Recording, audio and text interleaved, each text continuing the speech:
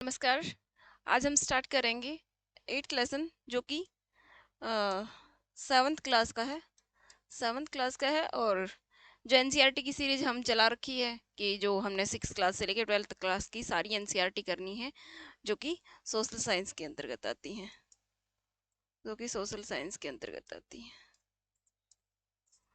वो सब हम करेंगे कवर। इस लेसन में ये बताया कि बाजार में एक कमीज कमीज है जो बाजार में जब वो बिकती है तो उसकी एक कहानी बताई है, एक कि वो कहाँ से स्टार्ट होती है, एक कपास के खेत से स्टार्ट होकर और कहाँ वो सुपरमार्केट में बिकती है। तो उसके बीच की एक कहानी बताई है कि कैसे उसका सफर रहता है। यहाँ पर ये बताया कि कुरनूल में जैसे ये जगह है, अब सोचेंगे कि मतलब एनसीईआरटी पढ़ना क्या क्या जरूरत है। कभी भी ये जैसे छोटे छोटे क्वेश्चन पूछे जा सकते हैं कि कपास उगाने के लिए आंध्र प्रदेश में कौन सी जगह सबसे ज़्यादा मशहूर है। तो ये जो कुरनूल नाम की जो जगह है आंध्र प्रदेश में जहाँ पर कपास की खेती की जाती है,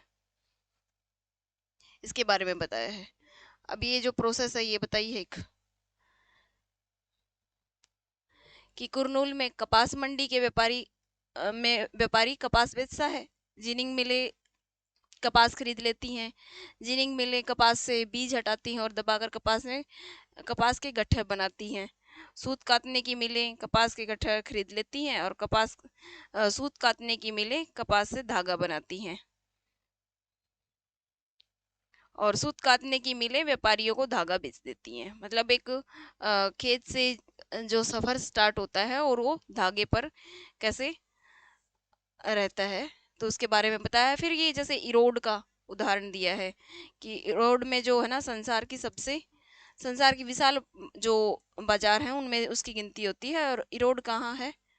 तमिलनाडु में। तमिलनाडु में।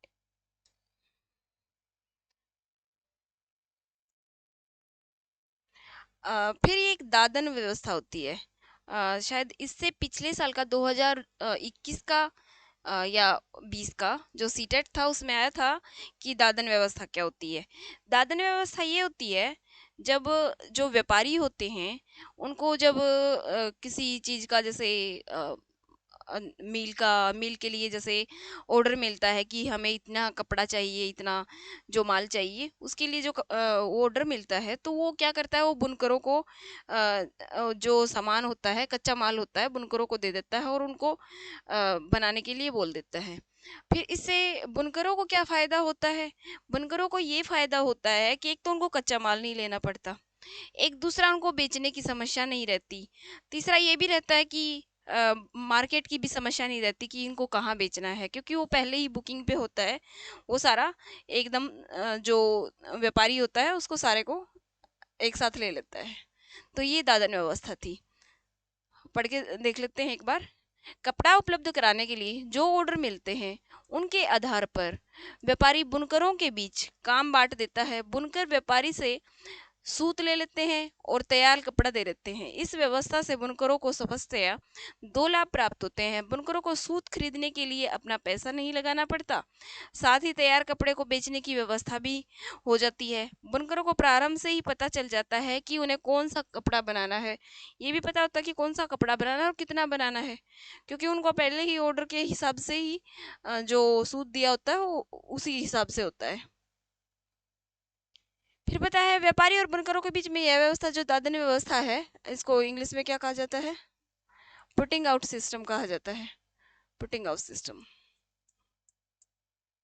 पुटिंग आउट सिस्टम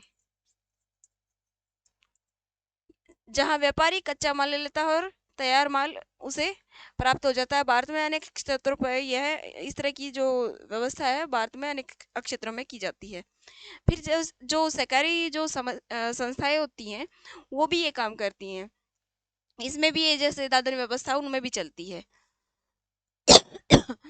फिर जो बताया है कि जो दिल्ली में जो अब इरोड से, जैसे कुरनूल का जो उदाहरण दिया था, कि सारे तरह का जो माल वहाँ पर जो पैदा होता है, जो प्रोड्यूस करते हैं, वो इकट्ठा करके दिल्ली में आकर जो निर्यात करने के लिए ऐसे एक कारखाने का फोटो दिखाया कि उसको अंतिम रूप देकर उसको निर्यात कर दिया जाता है। फिर ये जैसे लेसन में बताया था, सबसे पहले यही कहा था कि एक शर्ट की कहानी, जो अब जैसे एक शर्ट बनती है, तो ये बताया है कि किसको कितना मिलता है। मजदूरों को ज्यादा मिलता है, जैसे दर्जी को कितना मिलता है, पूरे महीने में 3,000 रुपये मिलते हैं। और इस्त्री करने वाले को 1.5, मतलब 1.5 रुपया प्रति पीस इस्त्री करने वाले को मिलता है। फिर जांच करने वाले को 2,000 मिलता है। और जो धागे काटने और वो जो धागा काटते हैं, बटन लगाते हैं, इस तरह के काम करने वाले को 1,500 प्रति माह मिलता है। तो ये एक जो शर्ट, जैसे मान लो अभी ये बता था कि शर्ट जो कमीज की लागत है, और जो ये भी मतलब कंपैरिजन किया है, और कमीज की लागत है कितनी है, ओनली एक कमीज की लागत 600 रुपये से कम नहीं होती। यहाँ पर जैसे 600 रुपये का उदाहरण दिया है, तो 600 रुपये से कम नहीं होती। फिर जो यूएस में एक शर्ट बनती है, उसका उसके बीच में, और जो इंडिया में एक शर्ट बनती है, उसके बीच में कंपैरिजन किया है। संयुक्त राज्य अमेरिका में कपड़ों की एक ऐसी दुकान, एक बड़ी दुकान पर बहुत सी कमीजें प्रदर्शित की जाती हैं, इनकी कीमत $26 रखी गई है। अर्थात जैसे इंडिया के 1,800 रुपये के करीबन, 1,800 रुपये के करीबन की एक शर्ट रखी गई है। और फिर इसमें बताया कि उस वहां पर मतलब इनको क्या क्या मिलता है, जैसे लाभ कितना है। 1,800 रुपये में से 900 रुपये लाभ है, और विज्ञापन पर लगाए 400 रुपये, और फिर भंडारण पे लगाए 200 रुपये, और उसका क्रय मूल्य जो सारा है वो 300 रुपये ही है। मतलब जो जहाँ बनती है और जो बेचता है, वो बस 300 रुपये में बेचता है, और फिर जैसे आगे जो चीजें बढ़ती जैसे जाती हैं, तो वो 1,800 रुपये में ऐसे बिकती है। अ, इसमें जो ये जो कहानी है, जो शर्ट की कहानी है, इसके बताने का एक मेन उद्देश्य यही है कि लाभ किसको ज्यादा होता है, कौन सबसे ज्यादा लाभ प्राप्त करता है। बाजार में समानता ये यही बताया कि सबसे ज्यादा लाभ कौन प्राप्त करता है। सबसे ज्यादा लाभ वो प्राप्त करता है, जैसे एक प्रोड्यूसर होता है, वो बिल्कुल थोड़े से मार्जिन पर कोई चीजों को बेच देता है। फिर जो सबसे, जैसे एक ये श्रृंखला होती है अ, उत्पादनकर्ताओं की, को सुपरमार्केट के खरीदार से जोड़ देती है। इस श्रृंखला हर कड़ी पर खरीदना और बेचना होता है। आइए फिर याद करें कि कौन कौन से वो लोग हैं जो खरीदते और बेचने की इस प्रक्रिया में सम्मिलित हैं। क्या उन सभी को समान रूप से लाभ प्राप्त होता है। लाभ की मात्रा अलग अलग लोगों में अलग अलग रूप से चलती रहती है। कुछ लोगों में बाजार में लाभ कमाया, कुछ लोग ना के बराबर लाभ कमाते हैं, कुछ लोग बहुत ही ज्यादा लाभ कमाते हैं। तो ये कड़ी जो है चलती रहती है। और इस लेसन में टोटल यही दिखाया है कि जो एक शर्ट बनती है, और उसमें बेचने वाले को और उनको कितना लाभ होता है, एक थोक व्यापारी को कितना होता है, एक खुदरा व्यापारी को कितना होता है। यहाँ पर एक ये बात लिख के बताई है।